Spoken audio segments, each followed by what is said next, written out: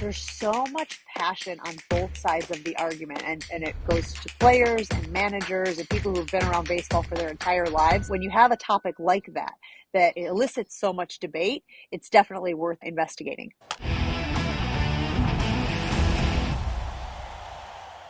We are going to be joined in a moment by ESPN reporter Jen Lada, who is part of this documentary that's coming out on ESPN and ESPN Plus on Sunday at 4 o'clock Eastern. It's called 28 Outs, an Imperfect Story. And of course, it's about Armando Galarraga getting absolutely hosed, screwed by a bad call that would have been the final out of a perfect game. So let's get a sneak peek first, because Jen was able to go straight to the source on how it all went down. Good morning, everyone. We're going to talk today about the case of Armando Galarraga. Back in 2010, he was on the verge of pitching what is known as a perfect game. 26 up, 26 down. In the 150-plus years of baseball history, it's only been done less than 25 times. 27 up, 27 down. Baseball immortality. What happened there has been talked about for the last decade and probably for decades to come. Crowded better than 17,000 to its feet. Everybody's on pins and needles trying to envision how this is going to end. He's going to do it. It's going to happen. Ground ball, right side. Cabrera will cut it off. Galarraga covered. I remember thinking, oh, he did it. I'm out. He's out. No, he's safe. He is safe. Oh, my goodness, Jim Joyce. No. I was the most hated man in the world. I was in shock. What a travesty for Armando Galarraga. This is a history call, and I kicked the shit out of it. It struck me as being an example of an injustice. The goal of the overall project was how to use precedent in order to see if that could change the outcome. I have received your submission, an 82-page document, making a case for Armando Galarraga to be added to the list of pitchers who had a perfect game. Sincerely, Robert D. Manfred Jr.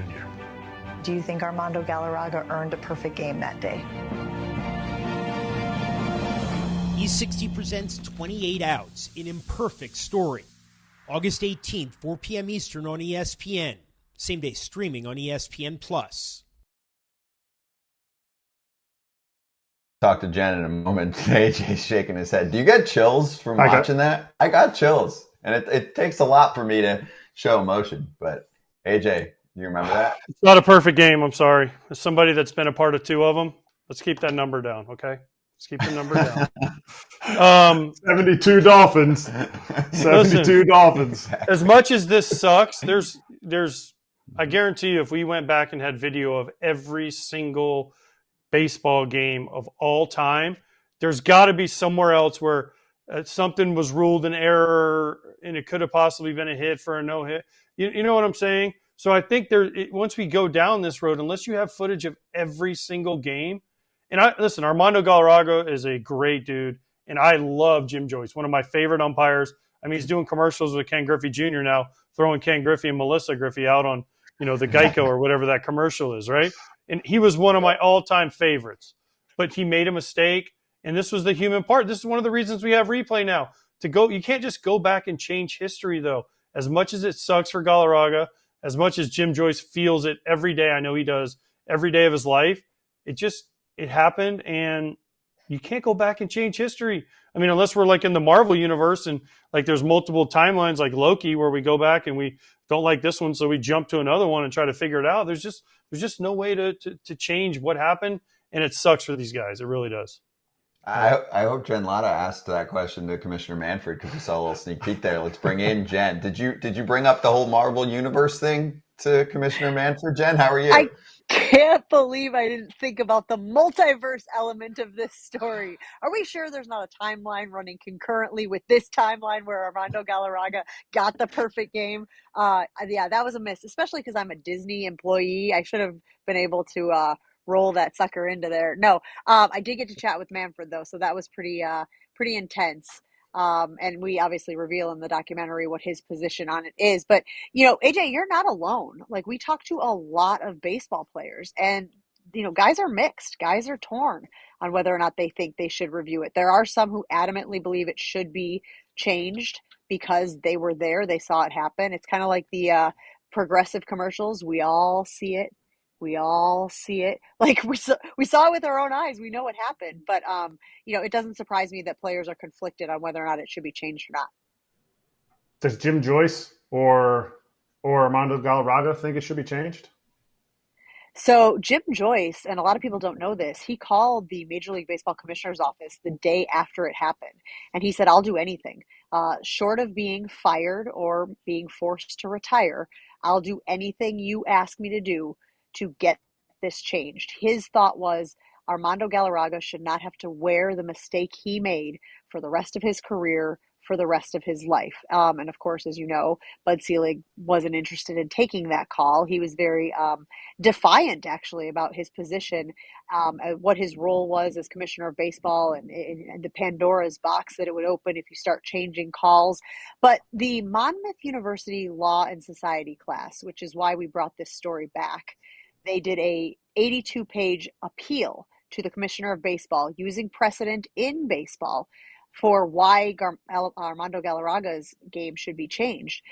They talked about Pandora's box and said, well, you guys instituted instant replay because of Armando Galarraga's game. So the good news is nobody else has to deal with the fate that he fell into that afternoon, that evening. And I asked Manfred, I said, is there this lengthy list of appeals? Are there all these people knocking down Major League Baseball's doors saying, well, you need to change this call and this call and this call? And he said, well, no, it's more hypothetical. They're just concerned that it would open up a can of worms of other people being like, well, there was that one game where this happened and you have to change that, which, again, feels a little like a straw man argument.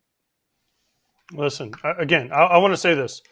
He did everything right. Jim Joyce did everything right. Armando Galarraga could not have been any more forgiving for what happened. And I don't mean this with no emotionlessly or, nothing to think about, but like, it's just not. I'm sorry. Like, it's just not. I mean, it sucks. It really, really sucks. And I was torn on this because I remember watching this because I was thinking, man, this is so cool. Armando Galarraga is going to throw a perfect game. And then it didn't happen. And you're like, oh man, that was such a letdown. But gosh, it's just not. I'm sorry, Jen. I know you guys did a great job. I can't wait to watch this because I love the 30 on 30s. But you can't go back and change history. You just can't. Again, unless Thanos comes out and snaps his fingers and we can all go back in time and change it. Jim Joyce isn't on the call, and Angel Hernandez is the one to blow it instead of Jim Joyce. I don't know, right? But it just isn't. It's just not, and it sucks. And I feel terrible for Armando, and I feel terrible for Jim Joyce. And I'm sure you guys did this, but listen, I have like 10 calls in my life. I'd like to go back in baseball and change. And man, I might have 3,000 hits and 500 homers and be going to the Hall of Fame. So, hey, Bud, Rob, if you're listening, let's go back and change them. Relax. Here's the thing. Do you think that Major League Baseball would have acted differently if it wasn't Armando Galarraga? If it was Max Scherzer? If it was Justin Verlander, who were guys on that staff as well? You don't think that they would have had the backing of more fans? They were, all-stars. They had a little more clout in the sport. You don't think baseball would have felt even more pressure then? No, I don't. I think it didn't matter who it was. I don't believe it mattered. I just believe the call was the call. And this is one of the reasons why we have instant replay. But no, I don't think it's a huge reason why we have instant replay. 100%. But you have Major League Baseball if it was Verlander, they wouldn't have changed it. They used Galarraga. They said, hey, we want you to be the face of this. Can you hop on some Zoom calls? Can you drum up support for this? So that when Selig went and presented it to the owners, instant replay, it was unanimous. He was a big reason why, because they were like, that was a huge black eye on our sport. We don't ever want anything like that to happen again. We've got to get it right. And so there's a part of the student body that did this appeal that said, like, if for no other reason, then he was this big reason why you guys actually took the step forward and had instant replay implemented into your game. If for no other reason than that, reward him with what we all know he did. That's good. Although I will say, George Springer's foot would like a word there. Last night, he clearly got hit on the foot, and we're going to talk about it later. But, I mean, it's not perfect science. D-Rod said it. Johan Santana. D-Rod from our chat said Johan Santana lost a no-hitter. Ended up obviously getting one, but on a foul ball. So should we No, he got the no-hitter. No, he got it on a foul ball. He got it. Foul ball. So should we take that away? Right. Yeah, it's a great point. The students who put together this appeal, which we cover in the documentary, also talked about George Brett's incident with the pine tar on the bat and the home run that was ruled an out, and then they came back 4 days later and changed that. They talk about Harvey Haddix, who famously threw 13 innings of perfect ball, and then about a couple decades later, Major League Baseball decided, well, actually 13 innings of perfect ball isn't a perfect game. The distinction earlier had been if you throw 9+ innings or 9 innings of perfect ball, it counts as a perfect game. They ended up losing that game, so they took the perfect game away from Harvey Haddix, and they use that as precedent to indicate that, look, there have been times when Major League Baseball has gone back on this. I can't help but wonder, guys, as we get a younger audience, a younger generation, I have a 15-year-old son. He was blown away that this was a reality, that this was something that had actually occurred on a baseball diamond, because really the only baseball he's ever known is if you get it wrong, you go up to a booth or you go to a camera and you have somebody eye in the sky and change the call. He was shocked that this had occurred. I think it's great that we're introducing it to a new audience, a younger audience. There's a lot of young baseball fans still out there. And I can't help but wonder if you get a different commissioner in the Major League Baseball office, whenever Manfred decides to move on to something else, if they would feel compelled to do it. I think Manfred's relationship with Bud Selig is a big reason why he is hesitant, although he believes Armando Galarraga earned a perfect game that evening. Okay, that's interesting. So what about on the Galarraga side? Number one, do you feel like he has almost more fame because of this, right? Like, do we know him even more because he's the only dude in recent memory to go through this whole process and get screwed over by instant replay? So, can you take us inside what your conversations were like and just how he was, nowadays looking back at this, when your memories, your legacy, all of that is what you have at this point after you play, especially for someone like you mentioned, who wasn't a big name in baseball.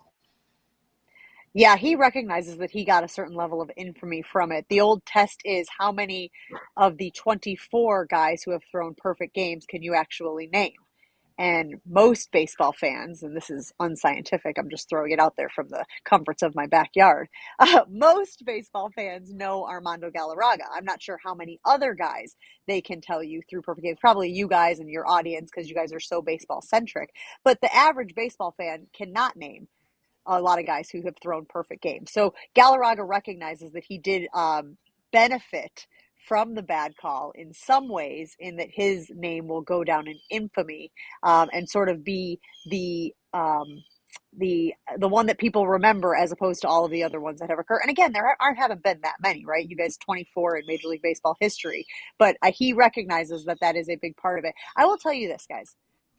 What I learned about Armando Galarraga during this documentary process, and we did this, took us about 1.5 years to put this whole piece together, was he was just happy to have thrown 7 innings of ball, 7 innings of no-hit ball, 7 innings of perfect ball. Like, he had been bouncing back and forth in the minors and the majors. He was barely clinging on to that 5th starter spot in the rotation. He just wanted to prove to the brass that he deserved to be there. And so, once you sit down 21 guys in a row, you're going, okay, I feel like I've accomplished that. So while he was upset about not getting the perfect game, he really felt like he had done enough in that moment to show he deserved to be in that rotation. He did. But, okay, let me ask you this. Jim Joyce, big part of it, right? Do you remember the 85 World Series? Don Dakinger made the call at first and changed the World Series. See? We could go back and change that. Maybe the Cardinals beat the Royals in 85. That is the one that everyone's. That is the one. But I'm just saying, mentions. Yep. There's so many things you can go back. Like the George Brett thing to me doesn't apply because it was a bad call by Tim McClellan, who was an awesome guy and was an awesome umpire. But he made a bad call. They were waiting on it, and they're like, "Oh, it's 18 inches instead of 17 inches of pine tar," and then that's why George Brett lost it. And that's why, because they appealed it and it was the wrong ruling. This was just a bad call. I mean, how many times you have a kid? Does your son play sports? He does. Yep. Has you ever seen an umpire or a referee or anyone in his sport make a bad call? Hundreds of times. So should we go back and change every one of those? No, not at all. In fact, that's a big reason why this incident has a lot of traction, because the lesson is things will not always go your way, right? Like there are going to be bad calls. You're going to lose games because of bad calls or misinterpretations of rules. Absolutely. And I think that can still exist. I do also think that Armando Galarraga can be put on the list of guys who threw a perfect game because he did throw a perfect game. Obviously, the umpire, or, Jim Joyce, as we've discussed, got the call wrong, and Armando Galarraga got penalized for that. But I think it can be both. I think it can be a symbol of extraordinary sportsmanship, and it can be a lesson for the youth to say things aren't always going to go your way, and sometimes you just got to eat it. And retroactively, you can say, we all saw Armando Galarraga throw a perfect game. If we want our record books to be right, let's put it in the record book as what it was, which was a perfect game. I disagree with AJ. I love, though, guys, and this is why we did this story. There's so much passion on both sides of the argument, and it goes to players and managers and people who have been around baseball for their entire lives. Like, they're on both sides of the fence on this thing. So when you have a topic like that it elicits so much debate, it's definitely worth investigating. I just want to, because not that my opinion matters, but I would like to state that I'm in between everyone. I'm okay with them fixing it, but only if Major League Baseball goes through every game of all time and fixes everything. So I'm okay with it, but I need the technology there to be able to fix everything. That's only fair. Yeah, but life's not fair. Like, it's not. We don't need to be everybody gets a trophy generation. We don't need to give him a perfect game. I think everybody, without going into a whole big long story, because I have one quick question, because this is so, everybody I feel like handled this situation so well. Armando, Jim Joyce, the next day how Armando handled it, how Armando's handled it, doing this whole documentary. In all your investigation, is there anybody that's kind of a villain in this whole story? Like, where it's like, it's not all just feel good, or is everybody like peachy keen with this? No, I think everybody has really come to grips with how it all shook out. If there are villains that you need to identify, just going back to our Marvel conversation at the beginning of this, it would probably be the fans who kind of took it to the extreme, who sent Jim Joyce death threats, who, wished that his house would blow up with his entire family in it over the call. What we love about sports is obviously the passion that people feel for their sports teams and for their, for their moments that they want to experience. But that obviously went too far. That was an extreme. And so those would be the only villains here in this story.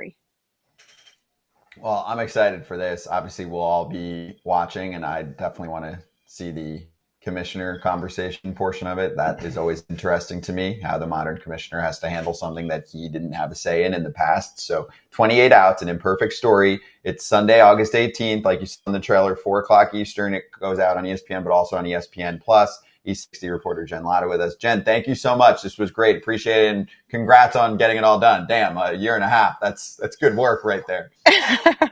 Thanks, guys. I appreciate you. You're all awesome. Thank you. That was good. Just wanted to say that was good. Good combo. Cool to hear from you guys as former players. And she's got a point. It's heated. The combo is heated. And when you do have that, it doesn't matter. Just the fact that you enjoyed that segment, right? To talk about it. I totally enjoyed it. That's why they do the doc. That's why they do E60 and they do a whole episode on it. It's basically a documentary, right? It is. And the only thing I have to say, because AJ's had a perfect game, I have to stand up for AJ here. He is not being coy or arrogant or egotistical in this in any way. You play the game that's in front of you, whether you're playing ping pong in your basement or you're playing the 27th out in 2010 for Armando Galarraga. You play the game. Just because it doesn't go your way, just because something isn't quote unquote fair, we shouldn't go back and change it. Like, we're not playing hi-ho Cheerio and spinning the wheel. Yeah, but this, AJ, is why I have a problem with people that say I like the human element for the strike zone, because I'm like, if it's perfect, right? I get it if there's still flaws with the system, but if it's literally, if I told you there's a perfect system to be able to call balls and strikes, it's not perfect. Still don't want it. No, I know it's not perfect, but some people say even if it's perfect, I like the human element. And I'm like, that's stupid. Because if we have the technology to do it, we should do it. We didn't have it in 2010, though, so that's why it doesn't. It's different. I look back. Kratz, did you ever strike out on a bad call? Did you ever hit a ball and you're like, that ball's fair, but they call it foul? Did you ever? I remember them too. Exactly, but you know what? You're like, oh, okay, stuff happens. It's time to move on, right? I as much as, again, like I told Jen, as much as I respect this and the way everything was handled, I just can't see going back and changing things, because I guarantee you, if you went back through every single rule or every single game in the history of Major League Baseball and said, da-da-da-da-da, I guarantee there's probably a one-hitter or something. Like the guy she said with 13 innings. He didn't complete it, so it's not a perfect game. They lost the game. He went 13 innings, great. He didn't win the game. It's not a perfect game. It's like a combined no-hitter. It's a cool thing, but it's a combined no-hitter. It's not a no-hitter. It's by one person. That's what we celebrate, and the title of it says it all, 28 outs. He got 27 outs, but he didn't even get a no-hitter because as bad as the call was, I think it's Jason Donnell was the guy. He was ruled safe, so he got a hit. So he didn't even get the no-hitter. That's right. It's true. But that's why it's great. Hey, everybody. Be sure to like and subscribe for more content. We're back here every weekday, all year long, so do not miss an episode. The videos are coming in all day. Here's another video you might enjoy. Baseball the way it should be covered.